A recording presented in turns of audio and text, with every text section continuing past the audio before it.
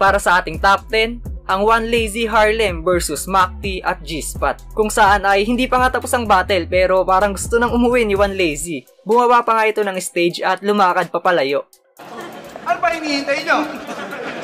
Tangina nyo, pag di kayo umuwi, ako uuwi.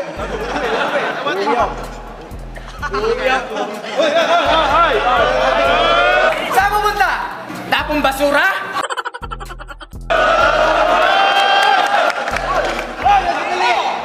May minutes pa, gago. Pusin natin to.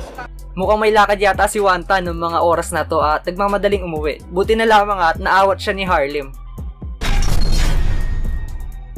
Alam nyo ba na hindi lang Battle MC versus Battle MC ang nagaganap sa Flip Top? Minsan naglalaban din ng mga MCs at mga equipments na gamit ng liga. Yun, bahala na lang kayo bumoto kung sino ba ang nanalo sa mga battles na to. Yun ang punchline, may pumapalakpak doon. Ano yun? Sorry, nabasag ko yung camera. Ha! Ang ina mo! Ang ina mo! Kasama ang buo kong tropa! Putang ina mo ka! Asan ba?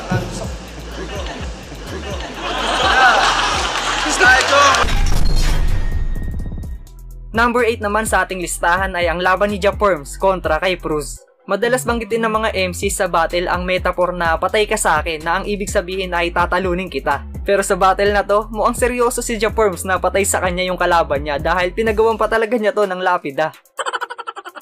Inukit ko na yung lapida mo!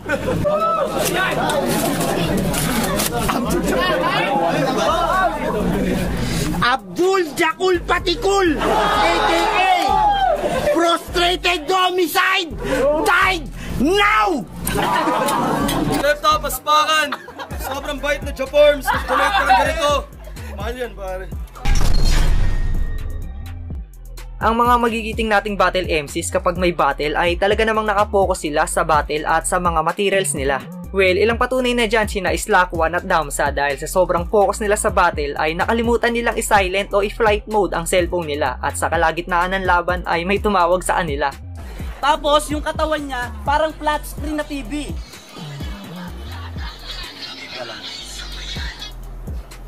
Hello? Oh, mamaya nyo na abangan si Tyke. Naglalaban pa kami. Sige. Okay, balik sa'yo. Ito si Leo, talagang bilib sa sarili. Ang talit nito, kaya magpaikot ng kulangot sa daliri. Putang ina ka. Mamaya ka na, ha? Pero wag natin husgahan yung tumatawag malay natin baka magpapa-shoutout lang. Para naman sa ating top 6, isa sa pinaka-creative na round ni Sayad ay nung minsang tinanggalan niya ng intro yung kalaban niyang si Zero R. Tumatak nga ito sa marami dahil tanging siya lang ang gumawa nito sa Flip Top. Magingay para kay Sayad! Yes, basahin nyo na lang kung ano man nakasulat. What's up nga pala kay Zane, kay Rhea, tsaka sa mga kapamilya, tsaka mga kaibigan ni Zero Hour sa Davao. Binabati ko na kayo para sa kanya. Dahil hindi ko na patatagalin to! Totodasin ko na dapat matodas! Wala ka ng intro, putang ina mo, Zero Hour! Wala ka ng oras!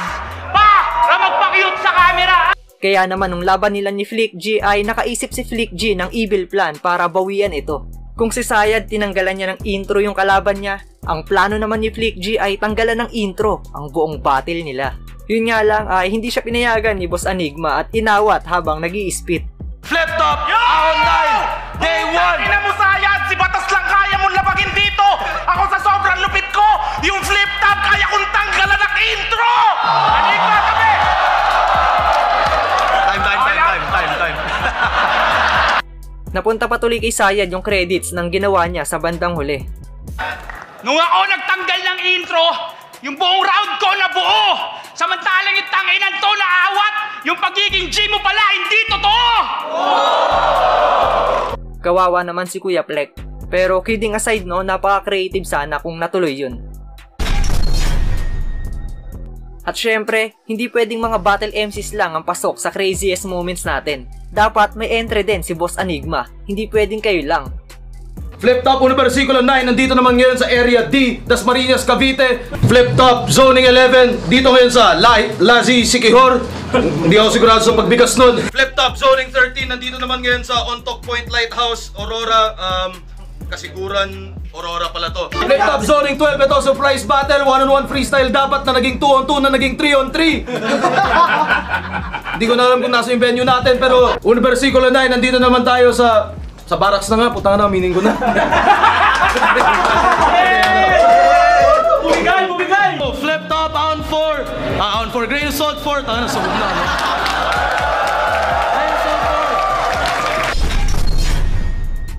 Para naman sa ating top 4, kung may mga battle MCs na nakakalimot at nagcho-choke, kakaiba naman nitong si Ponger sa laban nila ni Shernan dahil nakalimutan niyang may round 3 pa siya at nag-shoutout na nga.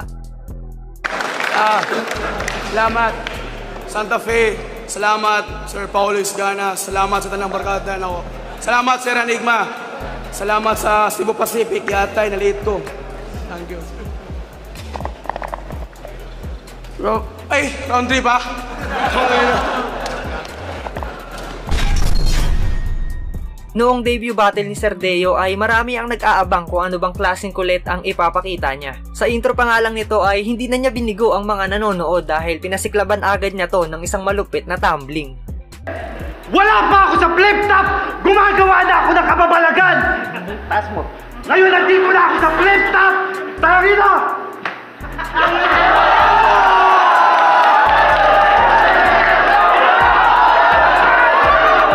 Kaso nasobrahan yata sa pagka-hyper si Deo at nauwi sa biglaang pagkawala ng boses niya. Kaya pala may... Kaya... Hindi nawala yung poses. Nawala yung poses. Sayang yung battle na to pero nailabas pa rin naman ni Deo yung kulit niya sa mga sumunod na battles niya. Kung usapang rap battle, balagbag talaga itong si Idol Jonas pero sa pagkakataong to, hindi lang nagbabagang bara ang pinakawalan niya. Talaga namang nawindang ang lahat sa tira niya na may kasamang ngipin. Kampiyon ka ng tryouts. Lagi mong pinagmamalaki. Puta baka nakakalimutan mo pre. Wala akong paki. Wala akong paki! Nagpustiso ko. Baka nakakalimutan.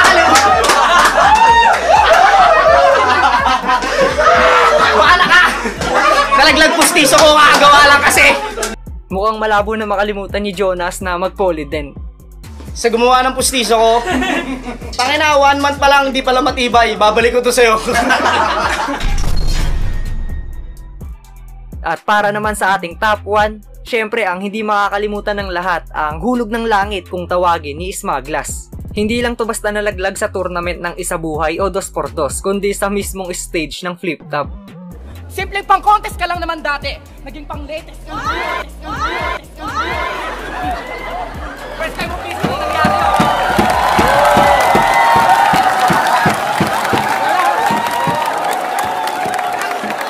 Panoorin nyo.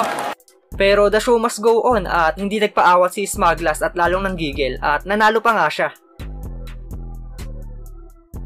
Tara, sabay-sabay tayong pumera sa 1xBet.